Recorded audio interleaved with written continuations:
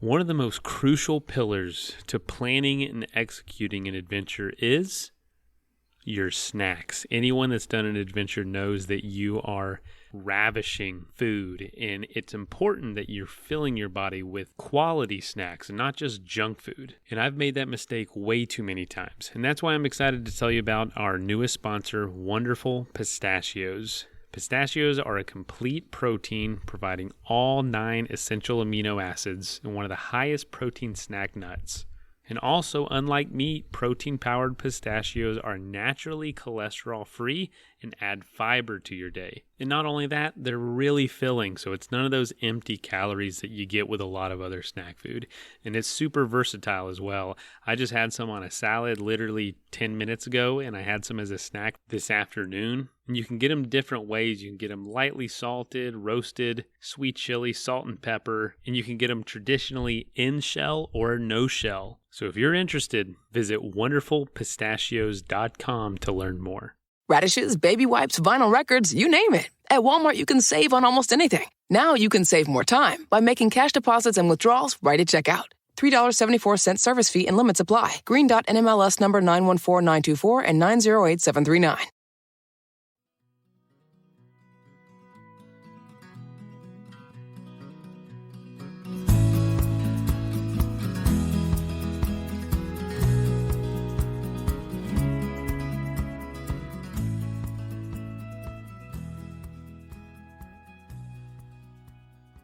Hey folks, welcome to the Adventure Sports Podcast. I'm your host, Mason Gravely. Today is actually, I'm not hosting. This is a Throwback Thursday episode.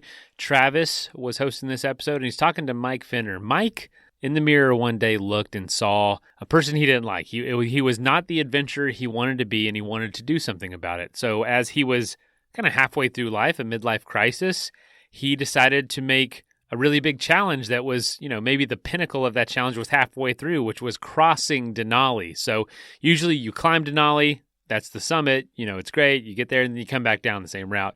Well, he was going across, so imagine just doing a route, 20, 30 miles, and then Denali is just the summit, is somewhere in there. So at some point along that route is Denali, and that's kind of the adventure. I think it ties in beautifully with what he was going through in life.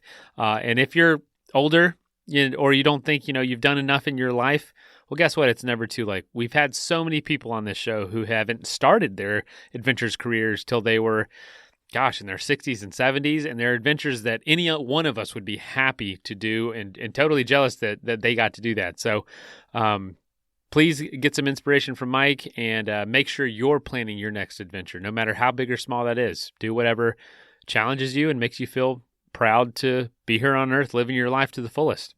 All right, let's jump in.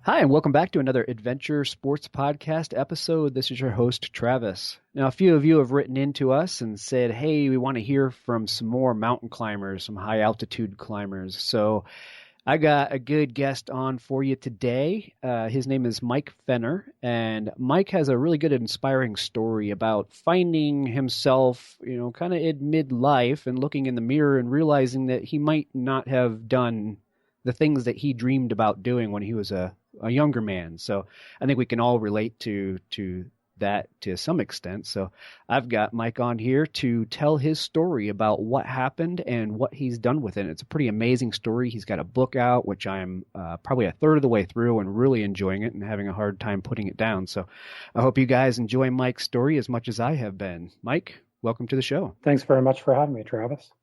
It's great to have you. So let's dive in. I found you. I had actually had a hard time tracking you down, but I'm glad I did, because once I got to talking with you and got my hands on your book, I was telling you before the interview that I really, really enjoy people that can write and tell stories and put me in the place, that they're experiencing. And your book has definitely done that. Let's jump in a little bit from the beginning and tell people a little bit about your background, who you are, and how it is you found yourself starting to climb such high mountains. Well, first of all, I'm not a mountaineer. I have climbed mountains, but what I do for my job is I'm a general surgeon in central Illinois, and I've been practicing surgery for about 25 years now. And what got me interested was about the time that I turned 40, which would be 15 years ago. I started thinking that it was time to branch out and do something a little bit different, not just stay in the operating room all day and not just do the home duties, but to kind of branch out there and see what else I could do as far as a life adventure.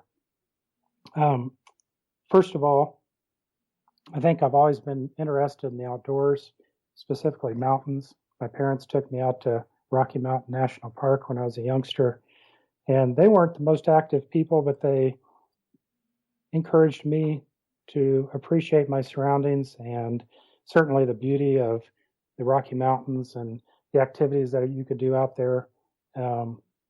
Inspired me to have dreams that took a while to fulfill, because first I had to go to medical school and residency and build a practice. So by the time I was 40 years old, it seemed like half of my life was finished, but it was about time to start reliving and exploring some of those exciting things that I enjoyed doing as a child.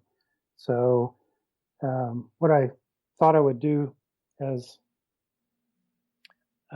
my first step would be sort of combine an adventure with a mountaineering experience. And I made plans to go to the Khumbu region in Nepal and spent 25 days trekking and camping amongst the Himalayas. But the problem was that was just 2 months after 9/11. So the plans that I had in place were kind of up in the air. Wasn't sure that I was going to be able to make the trip. Things calmed down, fortunately, over the next several weeks. And in November of 2001, I went and trekked to the base of Mount Everest and looked up in the glory of the surrounding mountains and was truly inspired. So beyond that, there was a couple of other episodes where I was able to get out in the mountains. Colorado was one, and up in Washington State, my wife and I actually took a mountaineering course, spent 5 days with Rainier Mountaineering Expedition doing a climb of Mount Rainier. So that was really my introduction to true mountaineering. 5 days on a mountain, making sequential camps, expedition style, working our way up the mountain. So your first endeavor was to go out and go up to the base of Everest. What kind of altitude are we talking out there? Base camp's at approximately 18,000 feet. So it's, okay, that's what I thought. That's a pretty it's pretty ambitious, I should say. Most people start out with smaller mountains, maybe knock out a 14 or two. You did go over and do Rainier, but I understand Rainier is a pretty tough climb. Yeah, it's the biggest glaciated mountain outside Alaska in the United States. And it's a challenging climb, but lots of people do it every summer. Yeah. So let's talk a little bit about that. First, the trek up to Everest. I've spoken to some people about it, but I don't know that I've gotten enough detail about it. I sit here and I read and I imagine and wonder what it's like. Can you go into a little bit of detail what it's like going up to the base camp of Everest? Right. Well, it's a progressive hike. It starts at about 9,000 feet. You fly into a small hamlet called Lukla, and it's the feeder village into the Khumbu region of Nepal. Small population, 5,000 people, huge geography, not only vertically, but also it's just spread out, just hundreds of square miles. So you follow up these river valleys up into sequentially higher and higher plateaus until you reach what is the highest that a person can get in the area without actually doing some serious climbing. So probably about 18,000 feet before you start actually having to scale mountains. Yeah, that's up there. And even 18,000 feet, you're still dealing with oxygen depletion. I mean, you do it 14,000 feet a little bit, but I can imagine you're still another 14,000 feet high or 4,000 feet higher than that. That's getting up there. Yeah. So not only was it a beautiful experience, but it's a very spiritual place to visit. With the Buddhism of the Sherpa people and the religious insights that a person is opened up to during that kind of a travel. It's really just a very, very calming spiritual experience.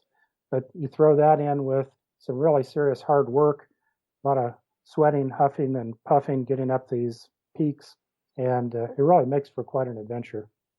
Yeah, absolutely.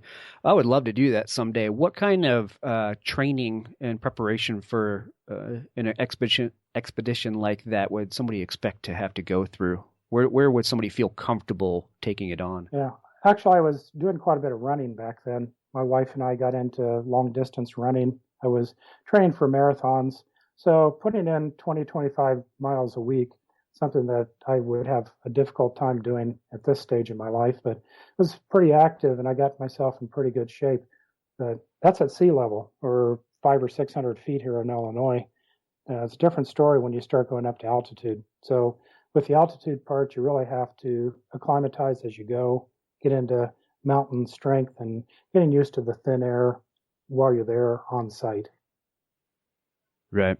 So I want to point out that part of your struggle was you were a avid smoker and found yourself a little overweight before doing all of this. So this wasn't like you were just, Mr. Fitness and decided, hey, I'm going to go do some mountain climbing. You had to kick that habit and get over the weight issue first, right? That's right. Yeah, it took a few years to get through all of that. The stresses of all my training and surgery and the work that I did there, long hours, it made it pretty easy to just kind of accept the fact that I wasn't in very good shape. And I certainly agree the doctor wasn't very good at taking care of himself. So you really do have to just sort of pull yourself up by the bootstraps and say, I'm going to make my life a little bit better and take care of some issues that I've got health-wise. And it does make a difference. Yeah, absolutely. So you've managed to do that. If we have listeners, and I'm sure we do, a bunch of us find ourselves in that same boat and we can relate to it. What would some words of advice be for these people since you've managed to do it yourself? In hindsight, what would you tell others? Yeah, I think everybody has to find a way to do it. Quitting smoking is probably the hardest thing I've ever done. And it's not so much a physical addiction, it's a mental addiction. You feel like you need to have those things. So the way I did it, I just decided I was going to change gears and just made a concerted effort at doing that. And it took several tries, but it finally paid off. I think a goal-oriented attitude is really important. You have to have something that you're striving for, that if you get rid of this, you'll be able to do that. So, it's just one of those things that everybody has to find their own way. But a goal, something to look forward to in the future, I think is extremely important. Do you think it needs to be such a large goal as hiking to the base camp of Everest or climbing Denali, or do you think people can accomplish this with smaller goals? I mean, I'm not a smoker, never have been, but I understand the addiction is pretty rough. I mean, for you to say, it was the hardest thing you ever done in your life, and you've been up to the base camp of Everest, and you've been to the top of Denali. I mean, that's a pretty bold statement. Yeah. No, I think you're right. You don't have to have such lofty goals, but something where if you do kick this habit, you get yourself in shape, that you can find yourself being more active, you can participate more with family and just activities on a day-to-day basis. It doesn't have to be something quite so dramatic. Right.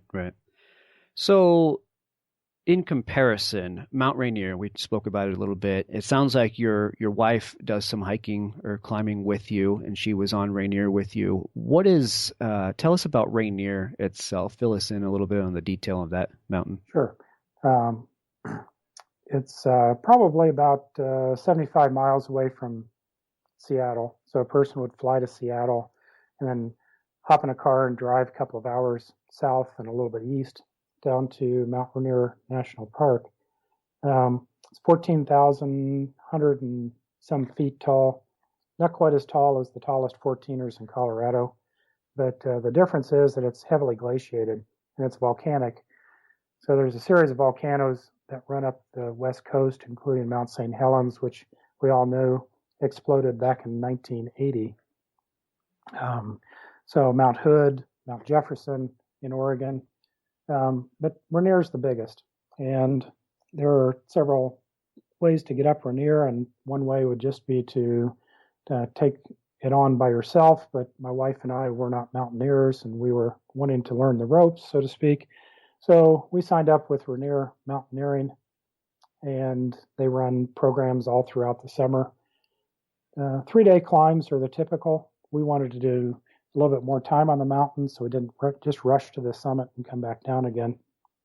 So we started at the base camp, which would be 7,000 feet, and progressively over the next 5 days worked our way up to the top of the summit and back down again to the base camp. It's almost entirely snow. There's a little bit of rock that you start off with on the first day, but almost everything above 8,000 feet is snow. So there's crampon work, going up snow slopes, probably 25 to 35 degrees on the standard route. There's crevasse risk, there's rockfall risk. People do get into trouble on the mountain with various kinds of falls and dangers that are around. But it's a good experience for someone who's a novice.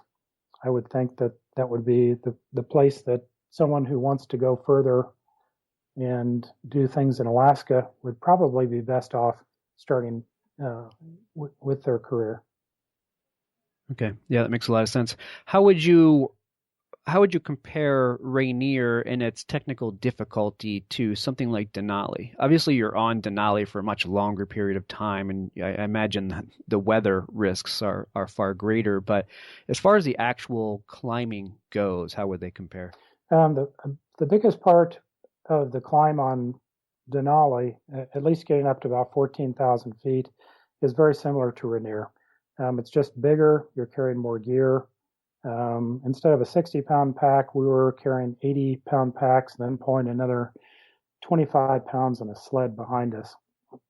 But what you experience for the first few days on Denali is actually pretty similar. The difference is, and as the guide who encouraged me to go on and climb Denali, he was one of our guides on Rainier, and his name is Mike Hamill. He said that it's a very similar experience. You're just on Denali for much longer, and the real climbing on Denali just starts at the summit height of Rainier. So you got another 6,000. That's pretty impressive. Yeah. Wow. Yeah, the gear is what's been baffling me reading your book. And, the book, I don't know if I mentioned it, it's Crossing Denali, An Ordinary Man's Adventure Atop North America. As you guys go through all your kit out and your prep for this and talking about bringing the sleds, and you guys went up over Denali and then down the other side, so you had to take even more food with you because you couldn't stage it anywhere. And when you're talking about those pack sizes, I thought, holy cow, I don't want to go backpacking on flat ground with that kind of weight. I just can't imagine you guys up there with crampons and the weather and the heavier clothes carrying that stuff. It's insane. Yeah. The pack weight is, every bit of 75 to 80 pounds. And the thing that makes it tolerable, though, is instead of going from camp 1 to camp 2 with everything that you have, there are it's a split climb where you take half your gear the first time, and then the second climb you take everything in your tent and pack it up and move up to camp 2. So you really end up only having to carry about maybe 60 to 65 pounds on that first day, maybe a little bit more on the second day because you're carrying some of your gear back and forth on both climbs. So it makes it tolerable. The downside, of course, is you end up climbing the mountain twice because you're going from camp 1 to camp 2 twice. But I think probably the single biggest physical difficulty involved in climbing Denali is just managing those huge amounts of weight. Right. Yeah, and trying not to eat it all so you can lighten your weight. One of the guys actually did that. His idea was eat all my king size Snicker bars on the way up, store all those calories around his belly in some fat, and have to carry less weight around. I read that, but I haven't gotten to the end. So did it work for him? I think we were burning that stuff so quickly, it probably didn't have a chance to turn into fat. Oh, man. That's Snicker bar weight to carry. Yeah, exactly. It would be worth hanging on to it, I guess. Let's take a quick message break and hear from the folks that help make this show possible.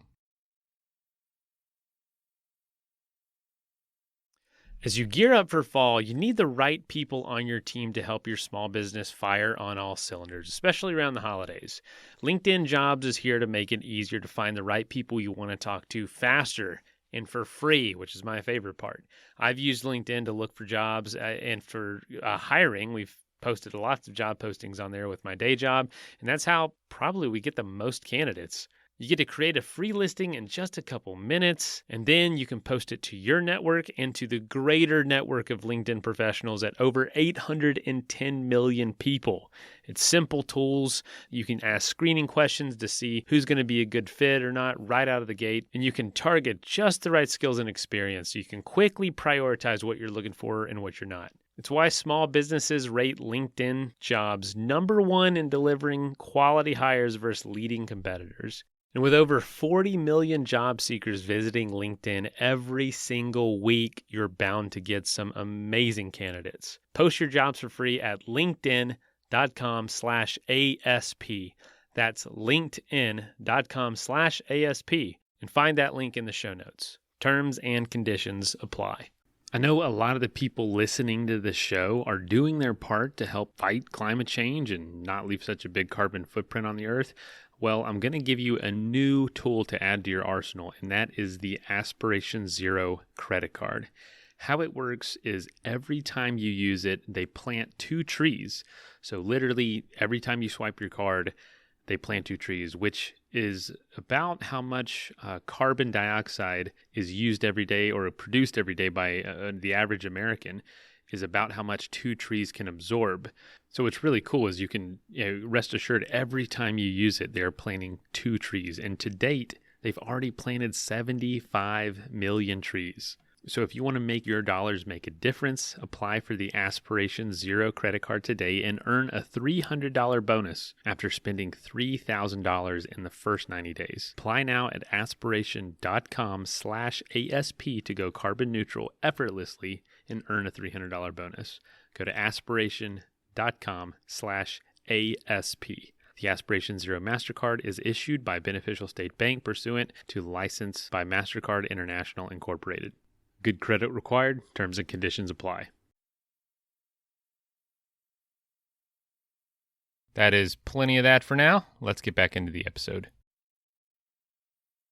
So let's talk about guides. Again, as I'm reading this, I'm thinking, as we hear stories and read books, we put ourselves in those shoes. So I guess one of the things I craved a little bit more information on is kind of how you get into hiring a guide, what goes into the prep, hiring, some cost.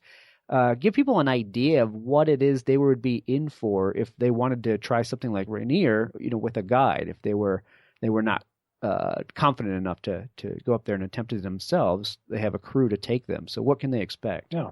Well, the group that I used was RMI, Rainier Mountaineering Incorporated, and they have a website, and they will explain to you all the different routes that they'll take, what the equipment needs are, basically take you from start to finish, do everything except the actual work for you. So taking a guide on the climb does several things for you. I think first and foremost, we used our guides as route finders and as safety nets.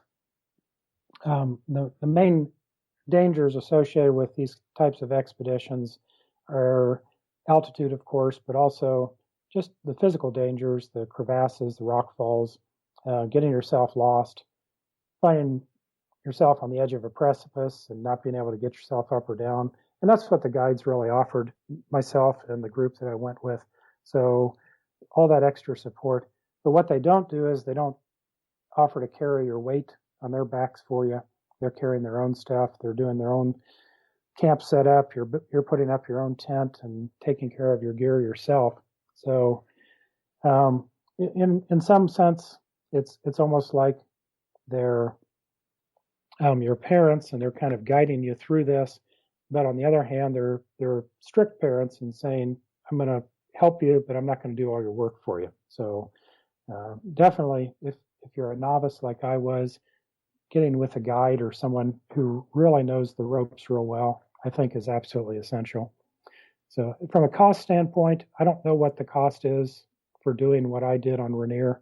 It's probably going to be several $100. For the 5-day trip, it might be over $1,000.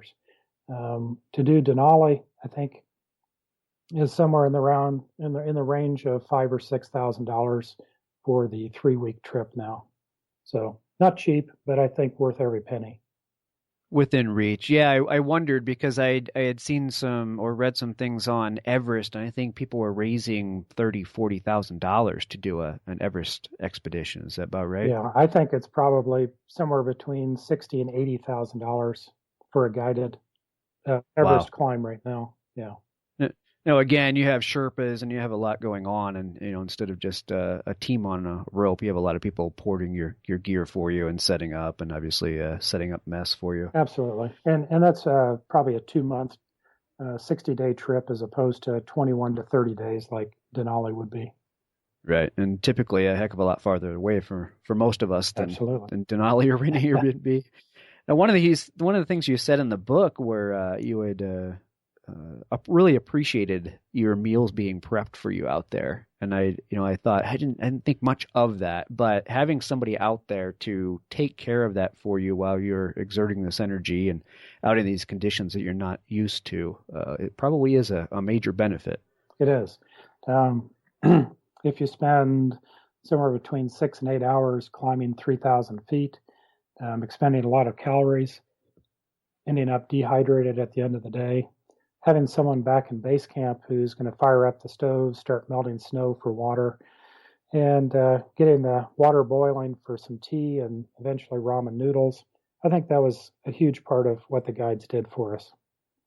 Right. Very much appreciated that. I'm sure, especially the further you go up the mountain. So let's get into Denali. I want to dig deeper into this one. Denali is not one I know much about, and I'm kind of embarrassed to admit, but when you, in the beginning of the book, explained the naming difference between McKinley and Denali, I had no idea of that whole history of it. So can you dig into that a little bit and explain to people how that all came about? Yeah, and it's even got more complicated as of last year. So Mount McKinley, it was named after President McKinley. He wasn't president at the time. It was while he was running for president. Must have been sometime early 1900s. I don't know the exact date. And that moniker stuck for a number of years. But the Athabascan name Denali, which is the traditional name, just means the high one. That's always been the preferred name, at least among the Alaskans. And the wilderness zone around Mount McKinley reverted back to Denali National Park and Reserve, but the mountain itself has always been referred to as McKinley. But up until last year, when by presidential mandate it was changed back to its original name, Denali. So both names are appropriate.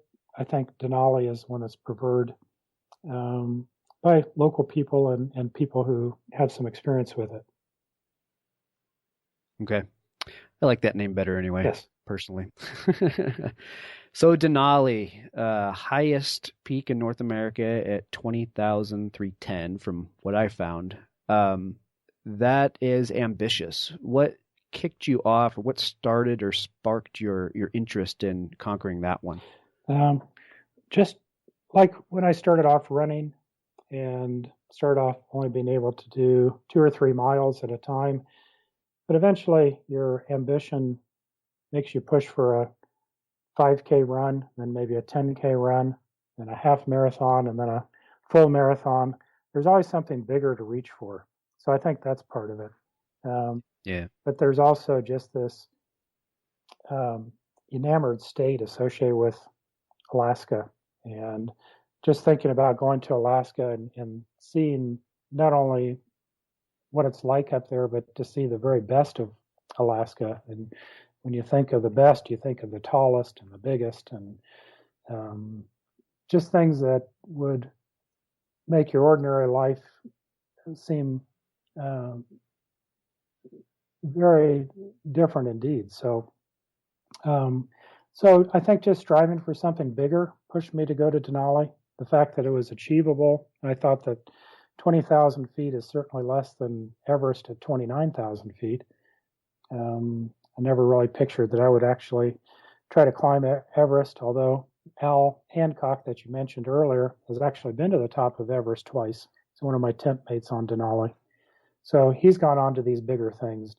But I thought Denali was probably as tall a mountain as I was going to have a chance to climb. So again, the ambition in me said, if we do this Denali climb, what's the best version of that climb that I can do that's offered through the guide service? And it just so happened that Mike Hamill, who was my guide on Rainier, said that what he suggested I consider was to do a traverse of the mountain. So you go up one route, you come down the other side, so you get to see 2 sides of the mountain, twice as much experience, twice the adventure. Yeah, that it is. I mean, we're talking a massive mountain here. So, in order to plan on doing that, I mean, you're talking about a serious amount of time. How long were you up there? We were on the mountain for 25 days. So just to put it in perspective, if you start off where the plane drops us off on the glacier, which is just outside the wilderness boundary, that's at 7,000 feet on the south side, to the top of the mountain and then back down the other side to where we walked out at Wonder Lake on the north side of the mountain. That was a 50-mile walk. So even without going from 7,000 feet to 20,000 feet and back down again, it's still 50 miles in length. So all that carrying those monster packs that we were talking about. Yeah, I'm awestruck, just thinking about that. Like I said, I wouldn't want to do it on flat ground, much less carrying the stuff you wear with the gear that you had on. Yeah. And don't forget there are bears on the north side when we walked out too. You walk across 18 miles of tundra, so we had bear spray. We had a little bit of protection against those massive critters. Just fortunately, we didn't run into them. Well, safety in numbers, right? So Denali, highs and lows. Everybody likes to hear good stories, and we all like to be teased with some of the bad stories of things that didn't go right. So highs. Let's start with that. What are some of the good stories of things you experienced up there? Yeah. Well, the highs definitely involved the first part of the climb. The first couple of days we got there, we flew from Talkeetna, which is a small village 60 miles away from the base camp, but in a little plane that carries 4 people and your gear in the back. It's the kind of thing that you can do just going there as a visitor. You can do a flight scene tour of Denali and see what it looks like up close and personal. But they dropped us through this long valley where the Kehultna Glacier drains off the mountain, and set us down at 7,000 feet, just outside the wilderness boundary, at base camp. And then you get out of the plane and you get the buzzing sound away from your ears for 10 or 15 minutes. Then you open up and listen, and it's absolutely deadly quiet. Not a sound, not anything except for the sound of your breathing and for the sound of the wind as it rustles through. It's just absolutely spectacularly quiet. And the sun shining on the surrounding mountaintops. You're inside this cathedral with fluted ice pillars coming up in all directions all around you. So just the immense space that you find yourself in, just several square miles of pure wilderness. So it's absolutely dramatic when you first land there on the mountain. So I would say that the first day and the first couple hours were one of the highlights of the first few days that we were there on the mountain. Working our way up on the south side, it's a lot of hard work. So you struggle under the packs. You spend a lot of time sort of cursing and swearing about how difficult it is. But then you learn before too long that the place that you're in is such a magical place that you shouldn't spend any of your energy trying to curse your situation. You should just feel how blessed you are to be in such a wonderful environment. So that's when the spiritual side really starts opening up, and you realize that this is a place that you likely won't have a chance to visit too often in your life, and should take advantage of every second of it. So the spiritual things are some of the highlights that I have, not only of McKinley, but in Nepal and on Rainier as well. Yeah, I'll bet in that moment you're thinking, well, if there's anything that I pay attention to in life and recall, this better be the one, you know? That's right. You learn something about who you are, what your expectations are for the future. But so much of it is just living in the moment. You spend a lot of time just enjoying every breathful of crisp mountain air, every chance that you have to spend time with your tent mates and just talking about things and enjoying life. Now, there aren't a lot of other expectations. You're supposed to take care of your job, which is to keep yourself safe, move yourself in a timely fashion up the mountain, take good care of yourself, and make sure that your friends are also safe. So it relieves you a lot of the burdens that you have in everyday life down here in the lower 48. Yeah, it gives you that one sole focus. Yeah. When you're exerting so much energy and you're up in those elements, one of the things that can be difficult is you focus so much on your exertion of energy and what it is you're doing, those little minute steps and the pain, and what you're dealing with. So how was it to be able to take in your surroundings and where it was, the big picture of where you were in the middle of all that? Because it's obviously a difficult climb. So I keep thinking, well, I would find myself, just focused on what I'm doing and forget to look around. Yeah. And that's the danger. You do spend a lot of time looking down at your feet. The pack is pushing you down. You're keeping an eye on the ground in front of you, making sure you're not stepping on something, especially the rope. There's a climbing rope that attaches 3 or 4 of us together. So if somebody does drop in the crevasse, the rope will catch you, keep you from falling all the way to the bottom. So if you step on that with your crampons, it's going to cut into that rope, and maybe that thing's not going to be able to save you when you need it most. So you do spend a lot of time looking down. But there were rest breaks every hour. We would sit and drink our water and have a snack, get a chance to catch up. So you'd look up and check out your surroundings and see how much things had changed since the last time you had bothered to look up. But the big picture is you have a goal. You want to get to the top. You want to complete the climb. You want to do it successfully. You want to keep from getting frostbite or other kinds of injuries. So these big goals, I think, are what keeps you on track and focused. Right. Yeah, I can imagine. Well, if I ever get a chance to do it, I'm gonna cherish those breaks every hour just to look around, because I know I'm the guy that's just saying, "Don't step on the rope. Don't step on the rope. Please don't step on the rope." So let's talk about the book a little bit. Crossing Denali is the book. You chose to write about Denali and not the other climbs. Obviously, it was more impactful. You were up there for a much longer time. The book just came out early this year, if I'm not mistaken. Tell people a little bit about what the story is you're telling in the book. I'd love to. You're right. It just came out in February of this year, 2016. It's published by Mountaineers Books in Seattle. It's available through Mountaineers Books website. There's a nice picture gallery there. It's also on Amazon. Hope to be getting it into other bookstores locally here over the next couple of months. And if I'm lucky, it'll be widely available in other bookstores. So the story, the thing I struggled with when I came back, Travis, was just trying to tell my friends, my family, my coworkers what this experience was like. And not everybody will agree to sit down like you have for an hour and ask all these questions and listen to my long answers. Just, a few seconds waiting for an elevator saying, "Hey, what'd you do this summer?" "Well, I climbed Mount McKinley." I said, "Oh, it's nice. Well, I got to go. I'll run and do a case. I'll catch up with you later."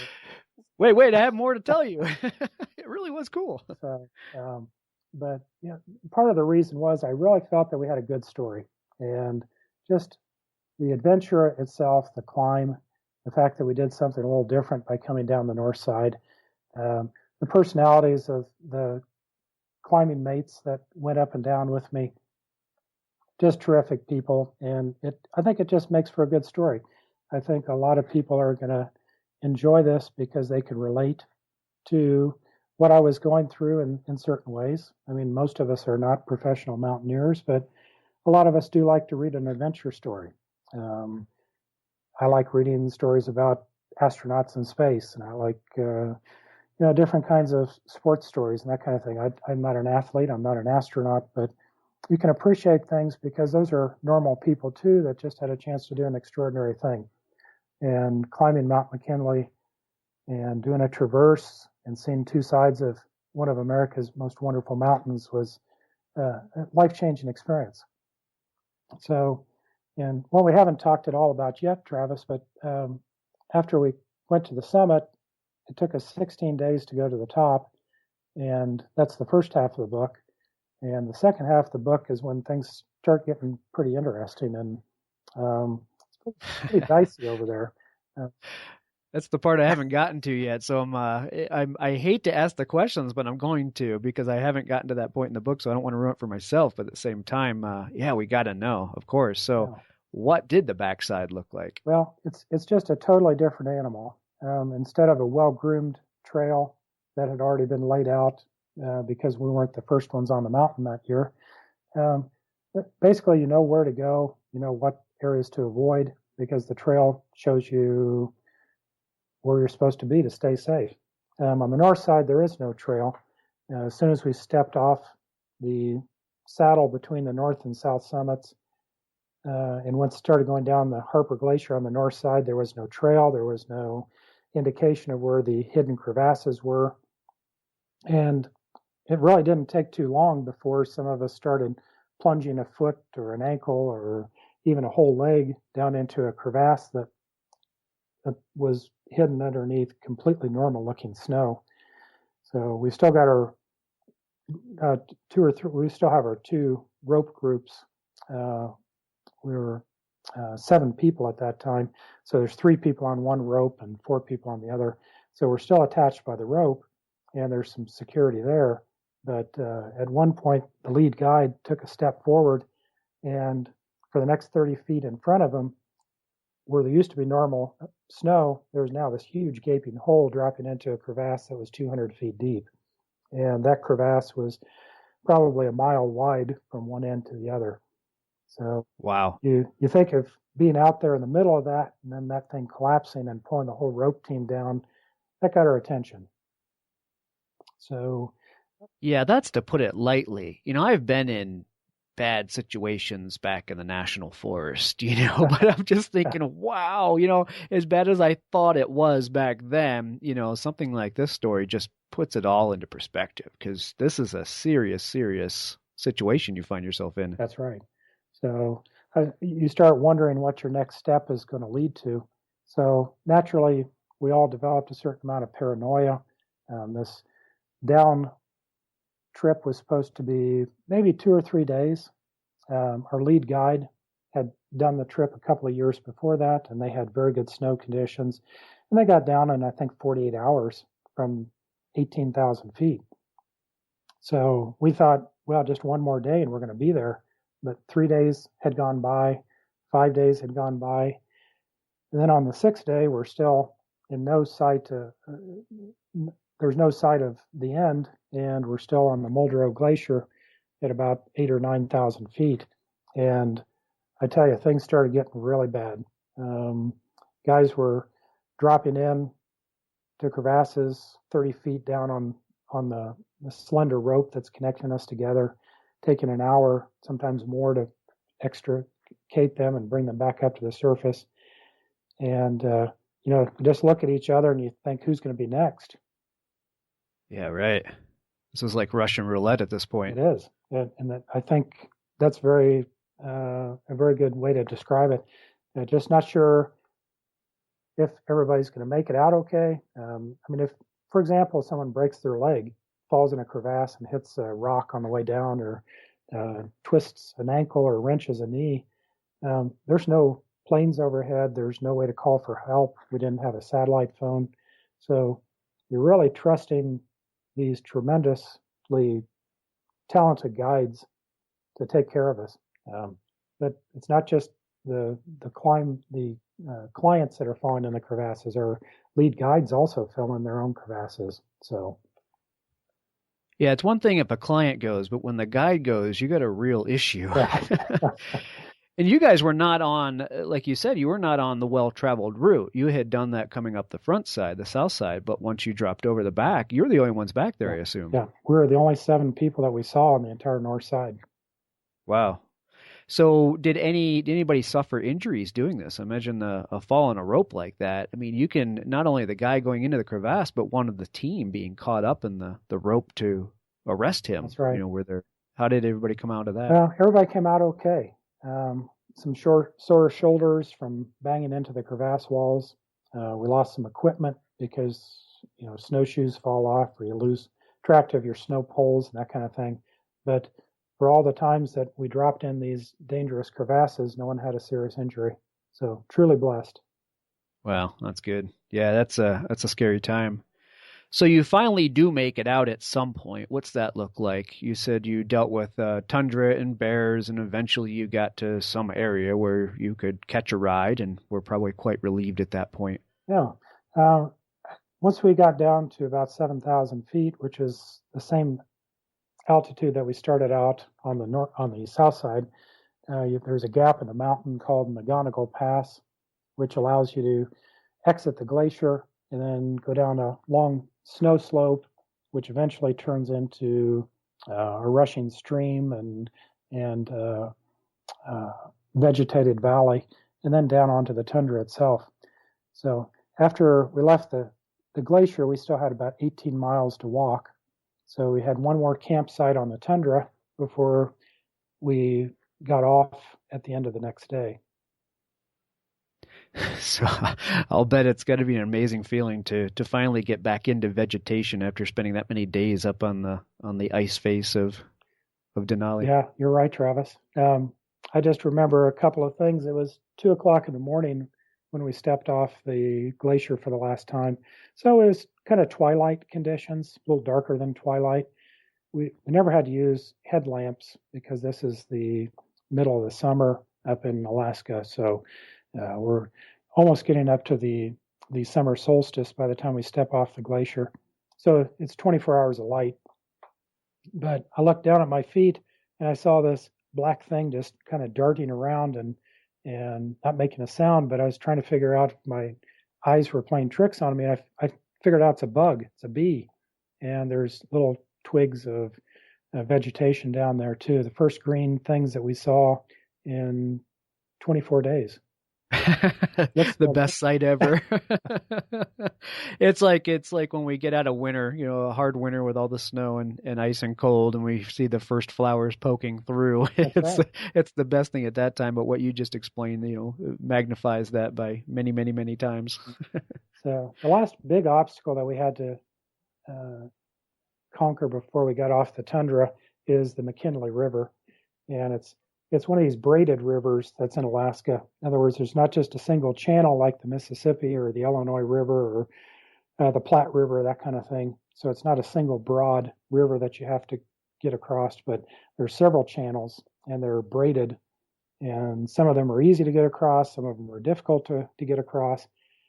And one of my most embarrassing moments was just taking one step that I shouldn't have taken on a slippery rock. And then I found myself down in the water. My pack was being submerged.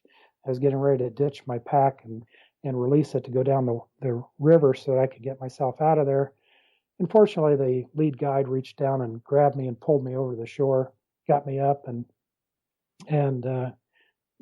saved me from losing everything that I had, including my photos that I'd taken over the past 3 weeks. So Oh, man. the only thing I lost was my glasses, and I didn't have them attached to a lanyard. And he looks down at me and says, "Why the hell didn't you have your glasses on a lanyard?" Thanks a lot for saving my life, but my glasses can be replaced. Yeah, exactly.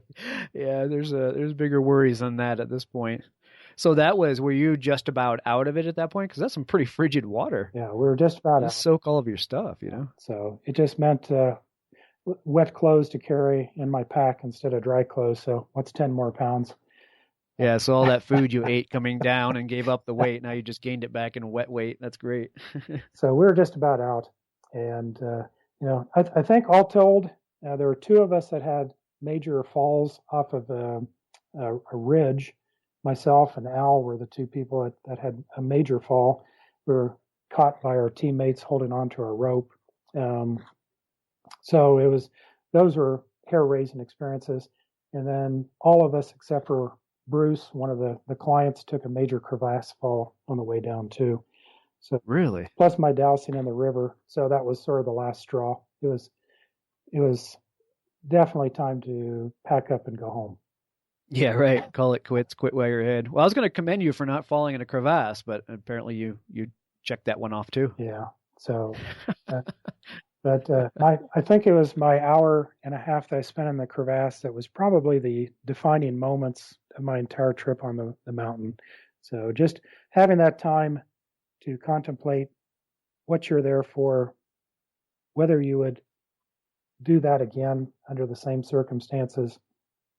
And, for the first time in my life, really not knowing for sure with certainty that I was going to be around the next day and being able to get back to my family again. So, you spend a lot of time just soul searching and trying to come up with answers to those things. And I don't have answers to all of them even now. But Wow. would I exchange the experience for, staying at home and being safe and never having had that opportunity? I sure wouldn't. It's a part of who I am now, and it's a part of who I'll always be. It's by the grace of God that I got off that mountain in one piece, and that all of us didn't have more problems than we did. But it's an experience that was truly life changing, and one of the most challenging things that I will ever do. And I'm certainly glad that I had the experience. Yeah, no doubt. Well, you can strive to protect your life all throughout life, but if you do that, you probably will never live in doing so. So I think that goes without saying. You talk to people all the time and they experience things like that, and you're thinking, well, that must have just, cinched it for you. You're done doing this kind of stuff. And they said, no, that's why I'm out there, is to live. And yes, I'm taking that risk, but at the same time, I feel alive when I'm doing it, That's right. So I can get it. Well put. Yep. So what's on the horizon? Is Angie going to do anything with you? Do you have any plans to do any more expeditions like this, or what are your thoughts? It's hard to say. In the years after I went to Denali, I did go to South America and climbed Aconcagua, actually twice, and did that in 2006, I think 2006 and 2008. Okay. So one of the climbers in my tent, Rick Barr, who is still one of my good friends, he went with me, and our guide was Mike Hamill once again. So that's even a little bit taller than Mount McKinley. So 22,840 feet for Aconcagua. But it's just a different experience. It's not glaciated to the extent that Denali is. But, Aconcagua is a good experience. Got to check out Mendoza and Argentina, and my only trips to South America so far, but lots of other places to explore, Travis. So I'm not sure all of them are going to involve mountaineering, but lots of other places. Oh, the list is long once you get the taste. Yes. I can relate to that for sure. That's the problem with doing this podcast is my list of things to check off is just obviously way too long.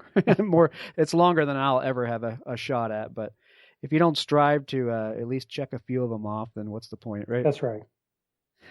Very cool. Well, the book is Crossing Denali, again, by Michael Fenner, and it is a great book. I'm about a third of the way through it, and I have a hard time putting it down before shutting my eyes at night. I look forward to getting to the end, and it sounds like I'm not even to the good parts yet where things get extra exciting. I know you tease in the front of the book about the Jack's crevasse fall. That's right. And, I'm kind of reading, hoping to, trying to get to that point. But you gave us a good taster. I imagine there's a ton in there that we left out as well, and that's a good thing. So, yeah. I hope people will go check out the book. We put all of our authors' books on our website and links to Amazon, so you can easily go into our bookshelf and find them there.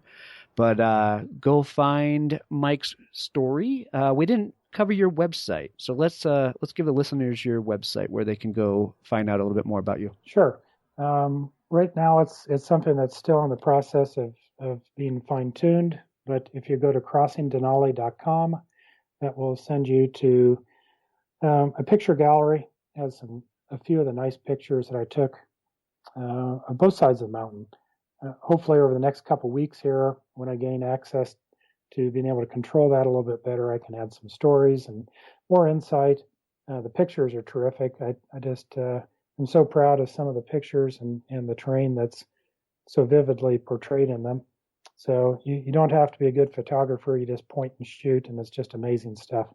So please, if you get a chance, go to crossingdenali.com and keep in touch with that site over the next few weeks, and we'll try to get something a little bit more appealing. Well, yeah, I took a quick peek at it, and there's definitely some eye candy there, and it's so easy to get lost in some of these photos from these adventures. You can easily blow some precious time away by living vicariously through photos of adventures like you. So I appreciate you putting it up there and directing us to it for sure. Good.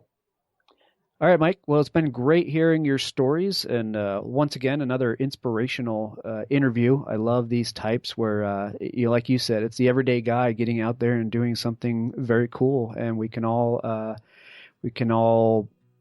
get in tune with that and want to get out there and try something similar. So, thank you for spending your time on the show. Thanks very much, Travis. It was a lot of fun.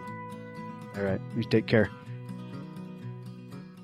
First of all, thank you so much for listening. It means the world to us that you choose to listen to this show. If you'd like to help us further, you can leave a review on iTunes, share us with your friends, your family. It goes a long way to growing the show. You can also support us financially through patreon.com/adventuresportspodcast. Link is in the show notes. And also, if you have an idea of who could be a good guest for the show, we're always looking for people to tell their story about the outdoors or adventure. So if you know someone, please reach out. Email us at info@adventuresportspodcast.com. And until then, get out there and have some fun.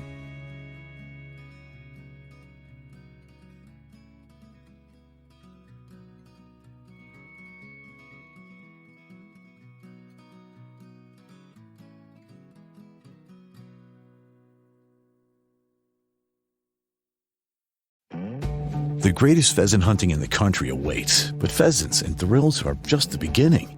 Leave routine for the birds on a hunting trip in South Dakota. Friendly small towns, private lodges, and more than 1 million acres of public hunting land support a culture that makes South Dakota the pheasant capital of the world. Rise to the challenge of diverse habitats, cover, and terrain when you hunt the greatest. The path to your next hunt starts with a single step. Start planning at huntthegreatest.com/license. Radishes, baby wipes, vinyl records, you name it. At Walmart, you can save on almost anything. Now you can save more time by making cash deposits and withdrawals right at checkout. $3.74 service fee and limits apply. Green Dot NMLS number 914924 and 908739.